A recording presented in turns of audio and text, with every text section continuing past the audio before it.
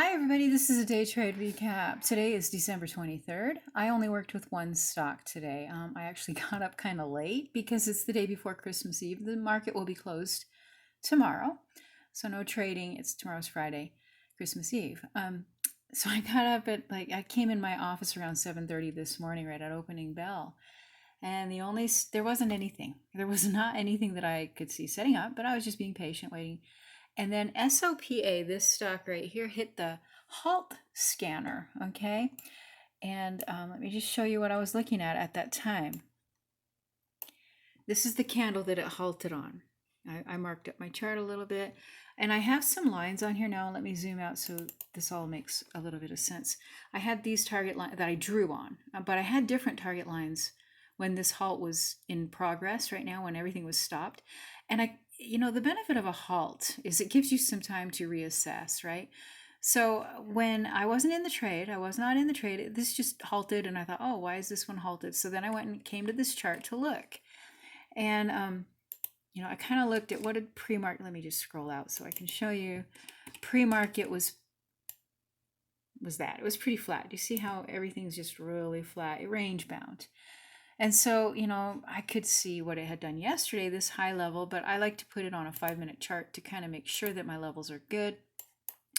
And as you can see, I had this red line right here. My indicators put this red line on. It's kind of like a resistance level.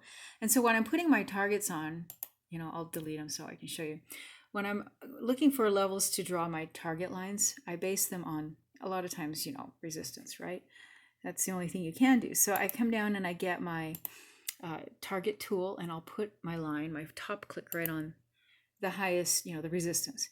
And then to find the bottom click, in this case, I found this nice purple, that flat VWAP right there.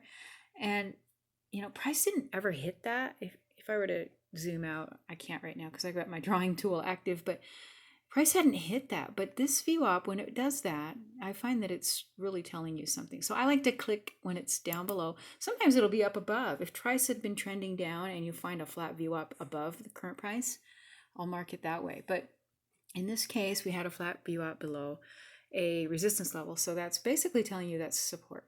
So I did my clicks here, and that put the rest of these lines on here. So then I went back to my 1-minute chart, excuse me. Oh gosh, I gotta zoom back where we were, and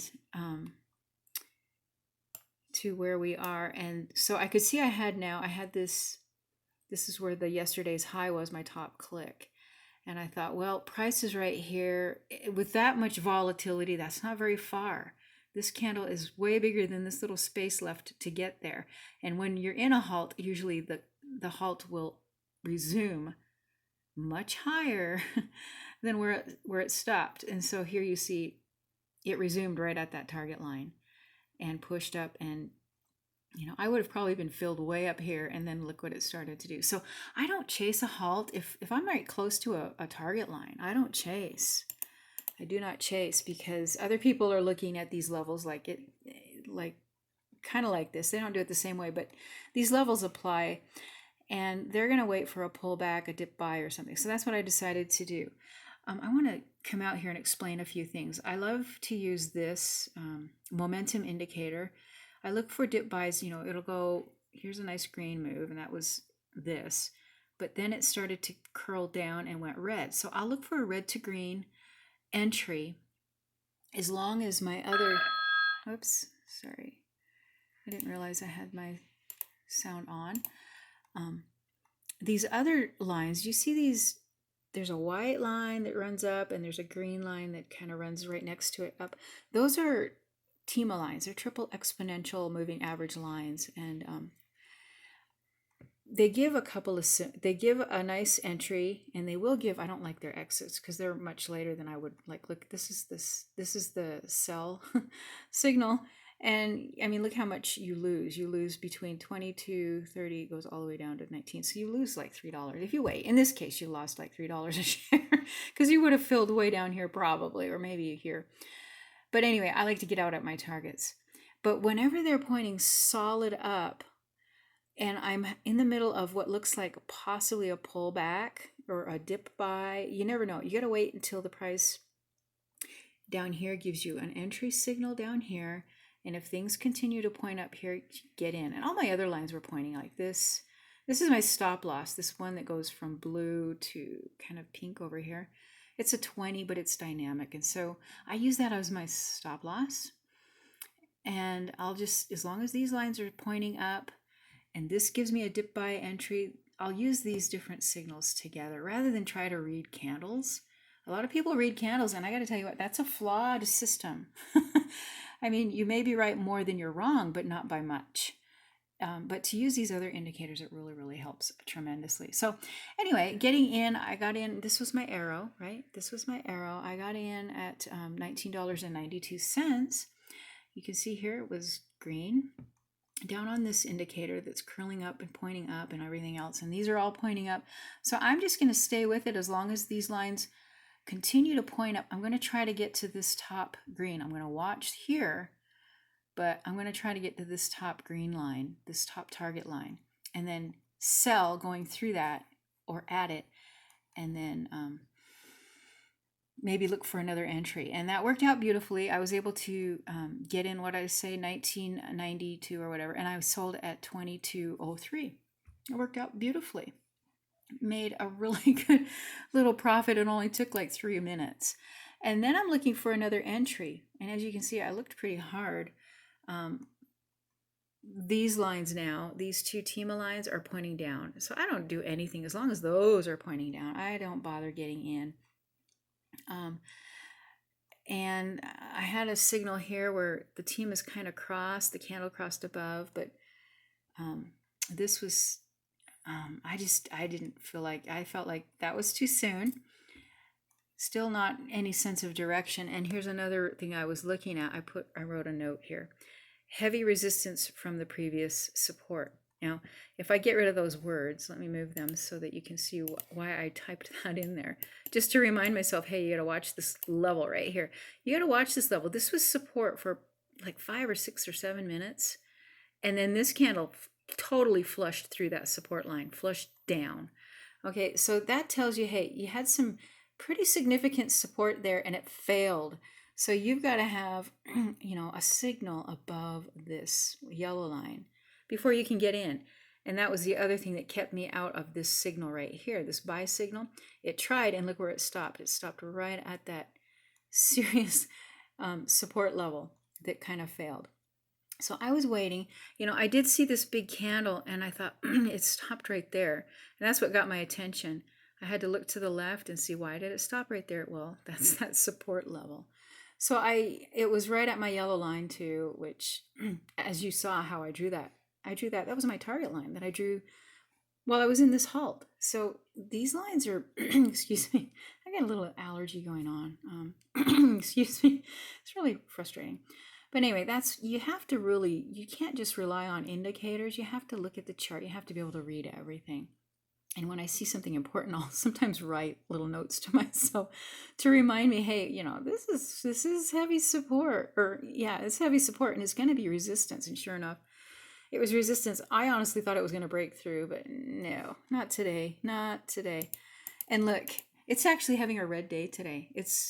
We had this big move here, which I don't remember how much of a move that was, but starting from $16 to $22, that's a pretty significant move, but it gave it all back. Look where it is. It's exactly back in that flat range where it was in pre-market and after hours yesterday. So, that's how it goes. And there were some other stocks that moved. XXII, I looked at it, but I just didn't take it. I mean, I could have. In fact, let me show you. I drew some lines for it and stuff, but I just didn't feel like the range. Like right here was kind of an entry where I was looking at possibly getting in, and that would have been $18 to probably 30 cents, but it didn't even hit my target. It hit this target, and that's what I would have looked to get out at, which was only like 20 cents. So I just didn't like that one. BFRI ran, and I ended up just watching it go. It was a good one. It's a short squeezer. And I saw it right here, and I was ready to get in right here, or actually right here. Let me zoom in on that. This was my perfect signal right here. Because here's this white line. This was from, let me zoom out and show you how I put that line on here. Well, actually, it's a daily chart line, but let me go to my 5 minute. Maybe you can see things a little better. Um, See, there's that purple view up that goes flat. I talked about that just a few minutes ago. Purple view up. I'll put a white line right out of purple view up. And if it can find support there in this case, because price was below it in this case, right? It was below it. And I had to go back a couple of days to find that level. I'm on my 5-minute chart. But since this thing was running, I used that level. I just drew a white line and said, hey, support there is going to be pretty important. And so here we had this buy signal, 2 arrows on that candle. That's a really good buy signal. Really good one. I should have got in there or on this candle. This was a doji. So when you see a doji, where there's no body and it's just a line right through it, the next candle, if it's a buyer candle, like a hollow one, then usually that's going to be a good signal that the trend will continue up. Okay, so I should have got in there. It looked really good. That would have been $12 and about $12.45 or so, with a target of $13.66. So I would have made over $1 a share on that, and it worked out beautifully. But I just, I didn't do it. But it was a good one to watch. Sometimes just watching it solidifies your strategy and you know what you're doing. But you see why that one was good. Good green, good 2 arrows. My lines are pointing up. All my lines are pointing up at that entry. My stop loss is pointing up even, and this is good, okay? So you stay with it as long as your lines point up and go to your next line, okay? Your next line for target, okay? But I didn't do it, and I would have made $1 a share on top of that other little trade that I made a couple of dollars. So anyway, that was today, and this one was so late. I mean, it was like 1:30 in the afternoon on right before a long holiday weekend. That was the other reason, but yeah, even still, it did very well, and I could have made another $1 a share, but I didn't. So anyway, I hope this was helpful to you. If you have any questions at all, if you need some help with chart settings, as you can see, I'm back to single candle, not my dual candle. Some people it's hard for some people to follow my strategy with the 2 candles because you can't really see price action as well. And this works just fine too. So I'm doing that with the Timas. I love the Timas. If I'm not using the dual, I love to put the Timas on here because they really, really are amazing. They give you beautiful, solid entries, and they show you trend like really nothing else. And then I use this dynamic 20 as a stop for that. So anyway, and of course, down here, this lovely red to green for late entries or early entries, whatever. Okay, well, that's all I have for you in this video. I hope this was helpful to you. If you have any questions, let me know. And you have a Merry, Happy Christmas, and we'll talk soon.